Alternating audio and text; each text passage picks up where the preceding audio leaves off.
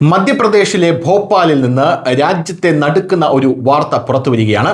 മധ്യപ്രദേശിലെ ഭോപ്പാലിൽ അറസ്റ്റ് ചെയ്യപ്പെട്ട 2 തീവ്രവാദികളെ ചോദ്യം ചെയ്തതിൽ നിന്ന് അവിടെയുള്ള പോലീസിന് മനസ്സിലാക്കാൻ സാധിക്കുന്നത് 4 സംസ്ഥാനങ്ങളിലായി വ്യാപിച്ചു കിടക്കുന്ന ഒരു ജിഹാദി ശൃംഖല ഇവർ രൂപീകരിച്ചിട്ടുണ്ട് എന്നുള്ളതാണ്.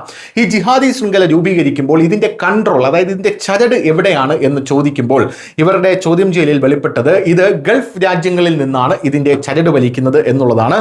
എന്തായാലും ഈ റിപ്പോർട്ട് ഇപ്പോൾ വലിയ കോളിളക്കം തന്നെ സൃഷ്ടിച്ചിരിക്കുകയാണ്.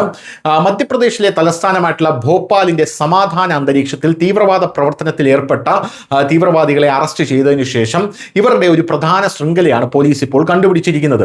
ഭോപ്പാലിലെ പഴയ നഗരത്തിലെ ഖാസി ക്യാമ്പിൽ നിന്ന് മുഹമ്മദ് ഫറാസ് എന്ന് പറയുന്ന വ്യക്തിയെ അറസ്റ്റ് ചെയ്യുന്നു. മധ്യപ്രദേശ് തീവ്രവാദ വിരുദ്ധ സ്ക്വാഡ് നയീം എന്ന തീവ്രവാദിയെ അദ്ദേഹത്തിന്റെ വിവരങ്ങളുടെ അടിസ്ഥാനത്തിൽ ഉത്തർപ്രദേശിലെ സഹാറൻപൂരിൽ നിന്ന് പിന്നീട് അറസ്റ്റ് ചെയ്യുന്നു. ജൂൺ 16 വരെ ഇവരെ റിമാൻഡ് ചെയ്യുകയാണ്.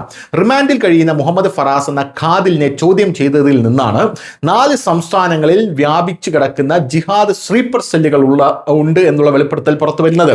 ഈ ഫറാസിനെയും നയീമിനെയും അറസ്റ്റ് ചെയ്ത ശേഷം രാജസ്ഥാൻ ATSന്റെയും സ്പെഷ്യൽ ടാസ്ക് ഫോഴ്സിന്റെയും സഹായത്തോടെ MPATS രാജസ്ഥാനിലെ അൽവാർ ജില്ലയിലെ തപ്പൂക്കറ സ്റ്റേഷൻ പരിധിയിൽ നിന്ന് ഷാക്കിർ മിയോ എന്ന് സംശയിക്കപ്പെടുന്ന വേറൊരാളെയും അറസ്റ്റ് ചെയ്തു.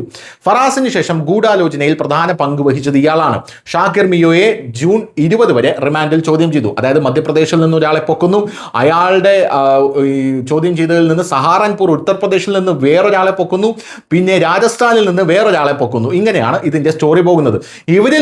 ഇവരെ ചോദ്യം ചെയ്യലിൽ നിന്നാണ് ഞെട്ടിക്കുന്ന നിരവധി വെളിപ്പെടുത്തലുകൾ നടക്കുന്നത്. മധ്യപ്രദേശിന് പുറത്തും ഇയാൾ സ്ലീപ്പർ സെൽ സ്ഥാപിച്ചിട്ടുണ്ട്. ഇത് ഞാൻ നയീമും പാകിസ്ഥാനുമായി ചേർന്ന് ഒരു ഗൾഫ് രാജ്യത്തിരിക്കുന്ന ഹാൻഡലർമാരുമായി ഒരു ഡീലിൽ ഏർപ്പെട്ടിട്ടുണ്ട്. ഫറാസിനെ ചോദ്യം ചെയ്തതിനു ശേഷം ധാർ നിവാസിയായ ഹാജി അഹ്ജറിനെ ATS ചോദ്യം ചെയ്തു.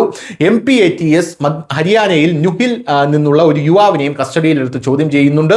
ഫറാസുമായി മാസങ്ങളുമായി ബന്ധമുണ്ടായിരുന്ന പ്രാദേശിക തലത്തിൽ ഒരു ജിഹാദി ശൃംഖല സ്ഥാപിക്കാൻ ശ്രമിക്കുന്ന ആളാണ് ഇയാൾ. എന്നിരുന്നാലും ന്യൂഹിൽ തടവിലാക്കപ്പെട്ട യുവാവിന്റെ ഔദ്യോഗിക അറസ്റ്റ് ഇതുവരെ രേഖപ്പെടുത്തിയിട്ടില്ല എന്ന റിപ്പോർട്ടും പുറത്തു വരുന്നുണ്ട്. News desk news India Malayalam.